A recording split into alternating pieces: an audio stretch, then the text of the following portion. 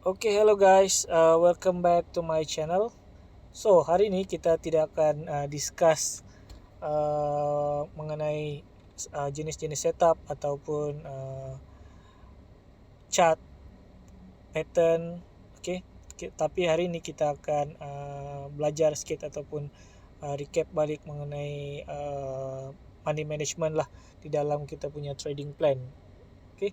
Jadi apa yang saya ingin kongsikan dengan anda semua pada hari ini adalah satu trading plan di mana trading plan ni mungkin sesuai untuk newbie ataupun intermediate trader yang mungkin masih mencari-cari cara untuk konsisten di dalam trading lah. Okay. And to be honest, untuk saya sendiri, saya ada dua jenis account. Satu account yang macam ni, yang lebih kepada risk management. Okay. So kita akan follow kita punya trading plan lah. Dan satu lagi adalah account kamikaze ya, di mana bila saya jumpa setup yang cantik, saya akan full margin. Okay. Dan kalau loss lah, dan kalau profit dia akan profit kau-kau punya. Hari tu entry, hari tu boleh withdraw. Okay, jadi untuk long term trading, apa yang kita perlukan adalah konsistensi ya. Contohnya dalam sebulan ataupun dalam setahun, apabila kita tambah tolak daripada kita punya profit dan juga loss, kita masih juga dalam keadaan profitable. Okay. So jadi hari ni saya back to our topic. Kita akan tengok money management, okay, iaitu low risk trading plan lah. Okay, di mana sekiranya kita bermodalkan 50 USD dan kita buat satu calculation sebanyak 10 entry, okay, dan lot yang kita masuk di dalam market adalah hanya 0.01, nama pun low risk dan single entry ya. And then kita punya risk reward yang sangat penting adalah 1:2 ataupun lebih ya. Contohnya macam kalau contoh kita letak stop loss 30 pips, so minimum TP kita adalah 60 pips. Sampai tidak sampai kita kena ambil minimum 60 pips. Dan lebih lah kalau contoh kita boleh grow sampai 90 pips, better lah kan. Tapi 60 pips adalah minimum. Okay. So di sini saya buat contoh calculation. Okay. Contohnya entry yang pertama, okay, kita ada 10 entry total. Contoh entry yang pertama kita hit TP ya. Hit TP 60 pips, maksudnya kita akan dapat profit 6 USD lah. Okay. Contoh lagi kita masuk lagi entry yang kedua, kita dapat lagi hit TP 6 USD lagi. Entry yang ketiga pun 6 USD, sudah 3 kali TP kan, 3 kali take profit. And then bila kita masuk entry yang keempat, entry yang kelima, entry yang keenam, entry yang ketujuh, alamak, 3 kali hit stop loss, iaitu 3 USD, 3 USD, 3 USD, 3 USD. Maksudnya 30 pips lah kan. And then entry yang ke-8, okay, kita masuk, kita dapat lagi another take profit 6 USD. Entry ke-9 hit lagi TP, dan entry yang ke-10 contohnya kita hit stop loss 3 USD lagi. Okay. So di sini bila kita kira di dalam 10 kali kita entry tu, okay, tapi kena ingat 10 kali kita entry tu mungkin bila kita tunggu setup yang cantik, mungkin ada dalam 10 kali entry ni mungkin mengambil masa seminggu, mungkin mengambil masa 2 minggu, mungkin juga mengambil masa sebulan, sebab kita hanya entry apabila ada setup yang cantik. Okay.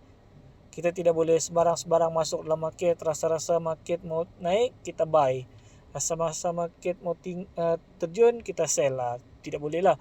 So kita kena tengok market yang betul-betul cantik, okay, ada setup yang cantik, ada risk yang kecil tapi boleh ambil reward yang besar, di sanalah yang kita akan entry. Okay. So balik dengan calculation kita tadi, Contoh di sini kita ada 10 kali entry dan kita hit TP sebanyak 5 kali dan hit stop loss sebanyak 5 kali ya. Ini adalah normal di dalam trading. Hit stop loss tu memang adalah asam garam kita dalam trading, okey. Tapi yang penting adalah average, okey. Apa itu average? Bila kita kira balik di dalam 10 kali kita entry, kalau kita kira take profit kita 5 kali, so 5 kali 6 USD adalah 30 USD ya, kita punya profit. Dan kita punya stop loss 5 kali 3 USD adalah 15 USD loss. Okay. Jadi bila kita kira average 30 ditolak dengan 15, okay, kita masih lagi grow account sebanyak 15 USD ya.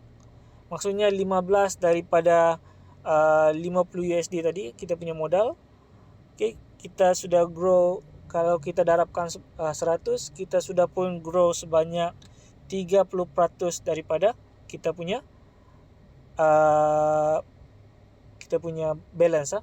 Maksudnya kita sudah ada at the end of kita punya entry yang ke-10, kita sudah pun mempunyai 65 USD. Okay. Jadi 30% ni sebenarnya adalah percentage yang sangat-sangat tinggi ya. Kalau kita tengok nampak kecil lah kan 15 USD sebab kita punya modal pun 50 USD saja. Tapi kalau kita bandingkan dengan kita punya ASB, kita punya unit trust, okay, even unit trust pun mungkin dia boleh bagi dalam 7 hingga 8% je setahun. And then ASB baru 4 hingga 5% setahun. Okay, ini kita boleh grow 30% dalam masa 10 kali entry. Okay, dan 10 kali entry macam saya bagi tahu tadi lah, mungkin seminggu untuk kita siapkan 10 kali entry ataupun sebulan, bergantung dengan market semasa. Okay, jadi 30%. Okay, bayangkan kalau kita konsisten dalam trading sebanyak 30% setiap 10 kali entry. Okay, dan kalau kita boleh konsisten macam ni, kita punya profit, barulah kita boleh next modal mungkin kita akan besarkan sikit. Contohnya macam 100 USD, okay, 100 USD ataupun 200 USD, and then barulah kita betulkan balik kita punya lot yang kita akan pakai lah, okay, supaya mengelakkan kita daripada margin call ataupun MC lah.